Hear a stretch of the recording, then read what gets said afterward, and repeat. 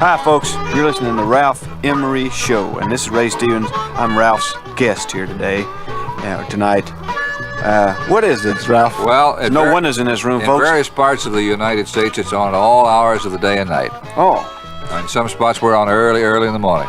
Oh, well. Welcome to the show, anyway, whatever time it is. I don't really... Anyway, welcome to the show, and... our show is presented by... Oh, yes. Our show is presented by Camphor Fanique and Beach Nut Chewing Tobacco and Music City News. Right. You've got it all except the first record now. You want to play one right away? Yes, we just leap right in there. Yes, right. Okay, well, leap up there, Buddy Allen. And I remember this song. This was done originally, the first time I heard it, by Sam Cooke, the late Sam Cooke. Right. Another Saturday Night, Buddy Allen. Ray Stevens is my guest, and you're going to tell a story about an old boy in a bomb shelter? Well, yeah, it was back around a missile crisis time, and he got paranoid, so he sold everything he had, sold his home and everything, built him a bomb shelter. It was a nice one. Had bottled water, canned goods, two-way radio, handball court, 9-hole golf course. It was a nice one. And he was really paranoid, and he lived in a small town. And every time he would hear a fire truck, police car, work whistle, school bell, flock of robins, anything, he would think that was the air raid signal and down in the hole. And after a couple of years, he became the laughing stock of the town. But that didn't dissuade him. He just became more paranoid than ever. And one day he was out playing golf, and he heard a fire truck go by over the hill, didn't know what it was. He says, "Oh, my goodness, this is it." And he ran down the hole, stayed for 4 days. Well, while he was down there, they had a tornado hit the town and just leveled everything. It was just nothing but teeth, hair, and eyes all over the place. Debris everywhere. And he comes up out of the hole after 4 days and looks around and sees all the wreckage. He says, "Well, yeah, that's more like it." Oh. It's one of them, negative type. Do you tell jokes on stage? Yeah. When you're doing your show? Yeah, every now and then. I can't imagine you planning your stage show. Well, I have a rough structure. I would think it just develops as you go. Well, sometimes it does. That's the best kind, when you get on stage and the audience gets warmed up and you get a loose feeling going, and Did you lose something, Ralph? Yeah, I lost my cigar. Well, I think it'll turn up. Here it is! Oh! I was sitting on it. Oh, there it is. There. Wasn't your cigar at all. Whose cigar is this? You bent it. All right. It's not a cigar. They may take that out. Did you really turn down Raindrops Keep Falling on My Head? Yes, I did, and Florence Greenberg loves me. Now, who is Florence Greenberg? Well, she's the lady that owns Scepter Records, who released that by B.J. Thomas. I saw her in L.A. last week, and she asked me the same question. She said, "Did you really turn down Raindrops Falling on Your Head?" And I said, "Yeah, I did." And she said, "I love you." And I met her later that night. We went out. No, she's a nice lady. Now, why did you turn it down? Well, because I had a record that I had just made of a brand new song that Chris Stofferson had just written called Sunday Morning Coming Down. Now, you had the first record of that, didn't you? Yeah, and I really believed in the record. I thought it was going to be a giant hit, and that just shows to go you. But it became a standard. Yeah, well, the song is so good that Johnny Cash cut it, and it is a standard. I don't know what was wrong, why my record wasn't a big hit, but it did sell a few, but it wasn't anything like Raindrops Keep Falling on My Head, Ray, how long did you have this song in your possession before B.J. Thomas got a hold of it? I don't know. I went by Burt Bacharach's house to hear the song. Do you know Burt Bacharach? Yeah. I see. Hum it. No, I know it. And he played me the song on the piano. He didn't have a demo or anything. He just sat down and played and sang it. And I liked it. I went over there with some friends, and but I said Pasadena because I got this record, Chris Stofferson song. Pass. Oh, okay. Just a little jive talk. Oh, okay. Pasadena. Oh, okay. Little town in Southern California. All right, so you passed on it, but later you came back and did it. Well, I did it in an album just to, for the heck of it, because it was a big hit, and I put it in an album. I thought we'd pick it up and play it. Do it. That's our guest, our guest, Ray Stevens, and Burt Bacharach's great song, Raindrops keep falling on my head. We have talked a lot. Why don't we just play something else? Let's play Ghost Story. What? Ghost Story by Susan Ray. Oh, it's Ghost Story. That's it. Miss Susan Ray, a pretty thing. Susan with Ghost Story. All right, Ray, I know you love this guy's name. You know him? No, I don't. He's from Malden, Missouri. Oh, but well, anybody from Malden, Missouri needs a name like this. You like that name? Yeah. Are you a name freak like Jerry Reed? I don't know. Is Jerry a name? Yeah, for he likes Indian names. Oh, does he? Tuscaloosa and Oh, all yeah. that sort of thing. You know, Yeah. he puts him in. Yeah. Yeah. This is. Tupelo, stuff like Yeah. that. Oh, yeah. But this is a good show business name. Yeah, Narvel.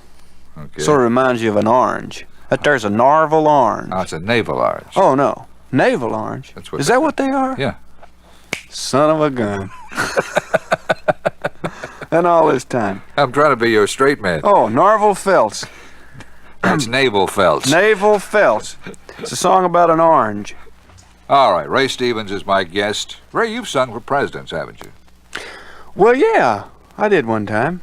I went out there and Roger Williams had a board under the piano bench. I'll never forget it. And because he wanted to raise himself up a little bit, and it wasn't an adjustable bench, and it was painted black, same color as the stage floor, and it's kind of dark out there. And I went out in my tuxedo to sing "Everything Is Beautiful" and tripped over the board and fell into the piano. Oh, that's terrible. True story. I was so embarrassed, I ripped my coat in the back. Where were you singing? In the Kennedy Center in Washington. Was the president there? I don't know if he was there or not. The vice president was there. And at the time it was Mr. Agnew. I may get back to this. I'm going to go to Loretta right now. Loretta, get back. What? You said you were going to Loretta. Yeah. Where is that? Is that in Kentucky? No, it's in Tennessee. There is a town called Loretta, Tennessee, down near Lawrenceburg. Oh. In south central Tennessee, for those who don't know. But this Loretta is from Hurricane Mills, Tennessee, and her name is Lynn. It says down here, Loretta U. You've heard Miss Loretta Lynn, everybody. And that's an old song. I think Farron Young used to sing that song called Another You. Our engineer, Tom Bryant, reminds me that there is no Loretta, Tennessee. It's Loretto. Out in the West Texas town of Loretto. Oh, no, it's South Tennessee, isn't it? That's right. Ray, we're going to go with... Ray Stevens is my guest, and we're going to go with another of your characters. This was a big record, wasn't it? Yeah, it was about that big. Well, no, I meant in terms of numbers. Yeah, it was a good record. This was a successful record. It went to #1 in England and in Holland, which is the first #1 record I've had in Holland. You speak Dutch? Spreken Sie Deutsch? Nein. You know? No. Huh. I say Spreken Sie Deutsch in nine, but that's about it. Well, why would a hit comedy record from the United States be a hit in Holland? Because those people over there speak a lot of English. A lot of the people over there speak Did you go over there and tour Holland with this hit? I went over there and did some television in Amsterdam. Was it Amsterdam? Where was I? I don't know. I think so. When was this record out? I don't know. What time is it? Oh, I think it was about, about 4 years ago, 3 years ago. All right. For those of you who don't know what we're talking about, maybe this will refresh your memory. Here is Ray Stevens and Bridget the Midget. Now, there's another character in the long list of characters, and would make some people think you're a comedian. Perhaps the Dutch think that that's all you do is comedy. Well, I hope not, but they might, you know. How about Ahab the Arab? Was that a hit overseas? I don't know. I don't remember if it was Or or not. Harry the Hairy Ape? I don't know. I kind of doubt it. Okay. All right. I think Ahab the Arab was a hit in England, but, that's, I think, maybe the only place it happened. You've heard Ray Stevens on the show with Bridget the Midget. Ray, earlier you were telling me about an embarrassing moment on stage where you fell into the piano. Yeah. At the inauguration ceremonies in Washington, at the Kennedy Center there. Inauguration of President Nixon. Uh-huh. Have you had any other embarrassing moments on stage? Oh, yeah. I ought to be able to think of some, but, can't think of any, but I'm sure I have. Now, you always require that the person who books you for an evening's entertainment has a piano there, right? Oh, yeah, sure. Has to be tuned to a certain pitch? Well, we sort of hope that they'll tune it up. Well, is that in the contract? Yep. What does it say in the contract? You will turn the piano. Did you ever sit down and find it not tuned? Yeah, I followed Jerry Lee Lewis one night. Did you really? I didn't find it. I sat down and it went away. The piano the whole keyboard was just. Now, the killer says ain't nobody can follow him. Especially if he's a piano player. What do you do if it's out of tune? You stand up and start singing? No, I've never had one that out of tune. I just play on. You play guitar? A little bit, but I don't play it on stage. I play it on Guitar's End because that's a comedy guitar lick anyway, and I just put a capo on there and flog away. But not a guitar player. You ever forget the words to your songs? All the time. See, you've got some real wordy songs. Yeah, I forget the words a lot. Like, did you just dispense with Butch Barbarian? You even do that? I don't do it anymore on stage. You do Bridget? No, never could do Bridget because it uses the speeded up voices, and we can't find a way to do that on stage. How about... we gave the drummer a lot of pills one time, but he forgot the words. Very big, important entertainer like you. You've had a lot of hits. Do you ever get scared on stage? Get stage fright?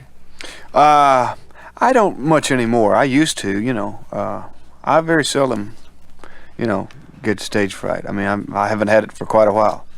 But I'm deathly afraid of microphones and radio.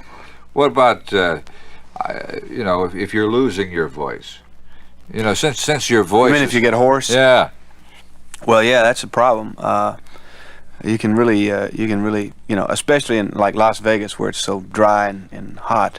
In the summertime, you can lose it fast if you don't really take care of your voice and, use a lot of vaporizers or humidifiers in the room and all that kind of stuff. Keep a lot of moisture, keep as much moisture around you as you can.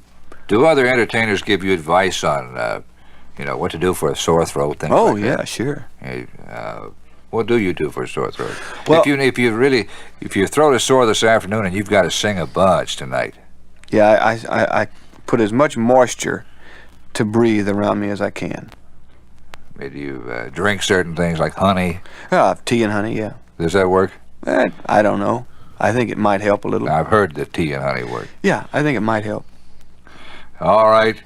We're going to go to David Wills. David is another young singer, and he comes from, I believe, Pulaski, Tennessee, which is not too far from Loretto, which we were talking about a little bit ago. You're supposed to say, "Atta way to go, David." I am? Yes, right there. Had a way to go, David. David Wills singing from bar rooms to bedrooms. Who's next? Johnny Russell. Yes. Big John. And he's going to sing. You want me to tell the name of the song? Yes, I just read right off the page. Hello, I Love You is the name of it. You don't fool around with introductions, do you? Well, what do you mean, fool around? Well, I mean, stretch it out a little bit. You want me to? Yes. Here's Johnny Russell. And old John's going to sing, Hello, I Love You. How's that? That's very good. Hello, darling. You don't need to do that anymore. Oh. Don Gibson was on this show a few weeks ago, and naturally, him being on the show, we played "Oh Lonesome Me" and we played "I Can't Stop Loving You," several of his standards. The "Oh Lonesome Me" he sang was really the same song you're about to sing, right? Yes. But I did it a little different than he did. You hang this as a ballad, don't you? Well, in places. Now, I mentioned to you earlier that Nara Wilson used to sing it as a ballad. Yeah, and I'd forgotten about that. But the way I do it is it starts out as a ballad, then it goes to a waltz, and then it goes to a rock. Yeah, right in the middle of this song, it seems like we should all go skating or something. Go to the roller rink. Anyway, here is Ray Stevens and his version of "Oh Lonesome Me." Well, what do you think, folks? There it is, "Oh Lonesome Me," without all those up-tempo guitars that you're so used to. Now, Don, isn't that really what you had in mind when you wrote that song? Ha! Ray Stevens with "Oh Lonesome Me."